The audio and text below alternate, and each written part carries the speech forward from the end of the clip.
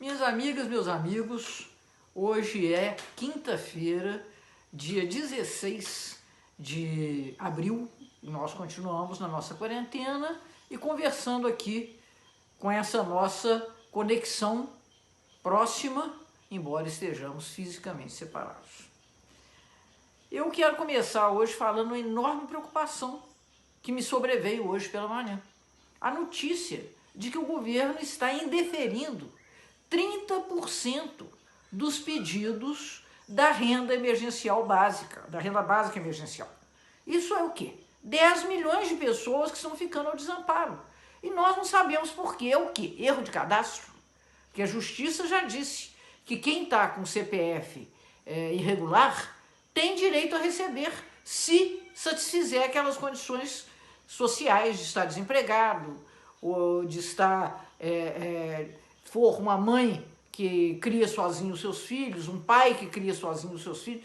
Se a pessoa satisfizer aqueles requisitos, mesmo que o CPF esteja irregular, a justiça já definiu que a pessoa tem o direito a receber. Então nós precisamos, ao menos, de ter um retorno do governo. Por que essas 10 milhões de pessoas que pediram essa ajuda e certamente estão muito necessitadas, por que é que essas pessoas estão ainda ao relento? Então essa é a primeira preocupação do dia e nós vamos, no correr do dia, acionar o governo para tentar descobrir o que está pegando, para que a gente possa ajudar também aqueles que nas nossas regiões, na nossa região, que são vinculados a nós, a superar essa dificuldade. Um outro problema é a demora na análise. As pessoas estão toda hora que elas vêem na internet em análise e a conta para pagar, e a comida para botar na mesa, em análise. Então o governo tem que ser rápido, porque quem tem necessidade tem pressa. Então nós precisamos todos, primeiro, compreender melhor a situação. Em segundo lugar, cobrar que essa situação, que essas demandas ainda não atendidas, sejam encaminhadas com a maior velocidade possível.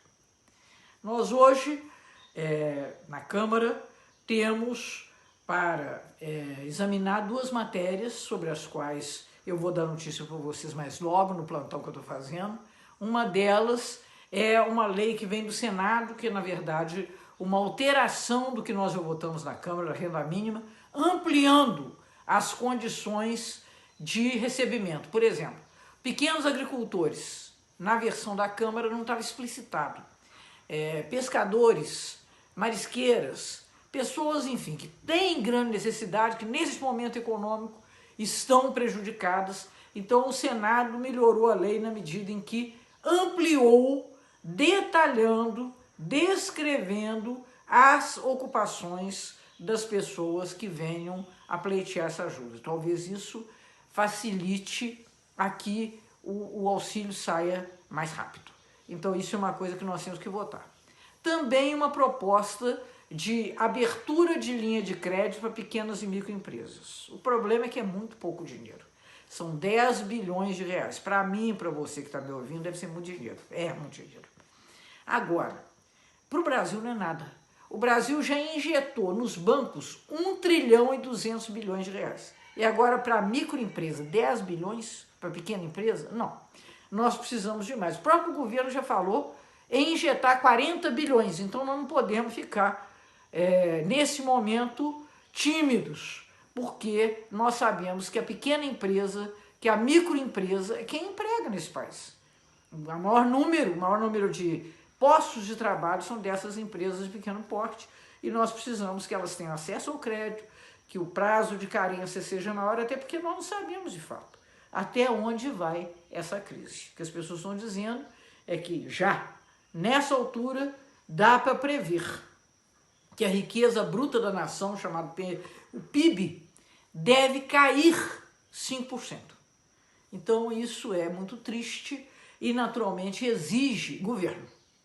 E o que nós temos? Nós não temos governo, nós temos um circo, em que todos os dias você tem um pequeno drama no picadeiro central, que é Mandetta sai ou não sai? O Bolsonaro respeita ou não respeita as medidas do Mandetta? Gente, isso já cansou, pelo amor amor de Deus. Até porque nós não queremos o Mandetta fazendo discurso. Ele faz discursos mais corretos que os do Bolsonaro, que o Bolsonaro desacredita da ciência médica, receita para as pessoas, faz coisas extravagantes. Mas o Mandetta, o que nós precisamos dele é que ele transfira recursos dos estados para os municípios, máscaras, EPIs, testes, porque nessa altura uma coisa está clara, é que nós não podemos continuar testando tão pouco quanto estamos demorando tanto tempo para verificar se uma dificuldade respiratória é Covid, ou é asma, ou é uma outra coisa qualquer. Então isso requer do Ministério da Saúde muito mais do que discurso, requer ações. Então nós queremos, trabalha Mandetta, fica aí e trabalha. Você tem a posição correta, mas nós precisamos de mais do que isso, nós precisamos de recursos chegando na ponta. E por falar nisso, nós estamos entrando hoje em coautoria com um projeto que é de iniciativa do deputado Paulo Pimenta, do Rio Grande do Sul, que é um projeto que protege, salvaguarda as famílias dos profissionais de saúde que caírem nessa batalha. Isso é de lei. Na guerra, os soldados e as suas famílias têm um amparo especial, porque são eles que estão na linha de frente. No nosso caso, nós estamos tendo notícias muito tristes de servidores da área de saúde, tanto médicos, enfermeiros, mas também auxiliar de enfermagem, assistente de enfermagem, pessoal que põe a mão na massa, que está lá mesmo junto com quem está batendo as portas do nosso SUS. E esse pessoal, muitos infelizmente estão adoecendo e alguns estão falecendo. Nós estamos tendo essas notícias que são tão tristes. Ontem uma pessoa do estado do Rio de Janeiro, um rapaz, 30 e poucos anos, morreu. A esposa dele, que também é profissional de saúde, infectada. Então essas pessoas têm que ter uma salvaguarda do Estado. Pensão diferenciada, condição patrimonial melhorada. Então esse é o propósito do projeto do Paulo Pimenta, que nós também estamos subscrevendo e encaminhando à Câmara nesse momento. Quero dizer a vocês que eu hoje vou ligar para o prefeito de Juiz de Fora para conversarmos sobre pessoas que estão no limite da necessidade. População de rua, pessoas que estão precisando de cestas básicas, que estão batendo no CRAS, infelizmente o número de cestas que tem lá é insuficiente. Nós estamos votando também na Câmara uma medida para ampliar os recursos sociais dos municípios para que a assistência possa ser praticada da melhor maneira aqui na ponta, que é onde as pessoas moram e é onde que elas precisam de fato de ser atendidas. Fora isso, eu quero dizer a vocês, não vão para a rua, fiquem em casa. Você se protege e protege os outros.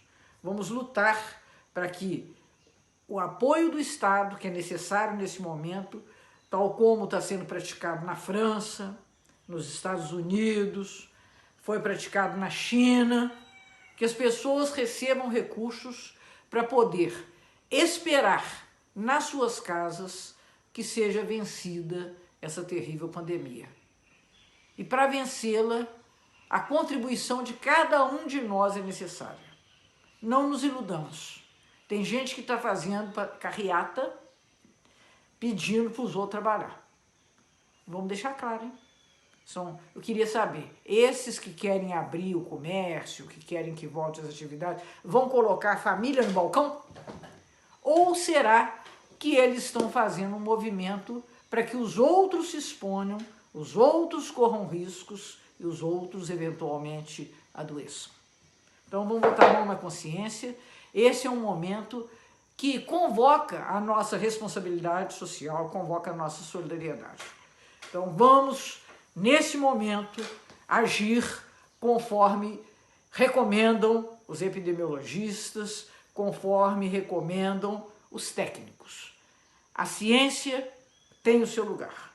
A ciência é fundamental para que, nesse momento, a gente derrote a pandemia.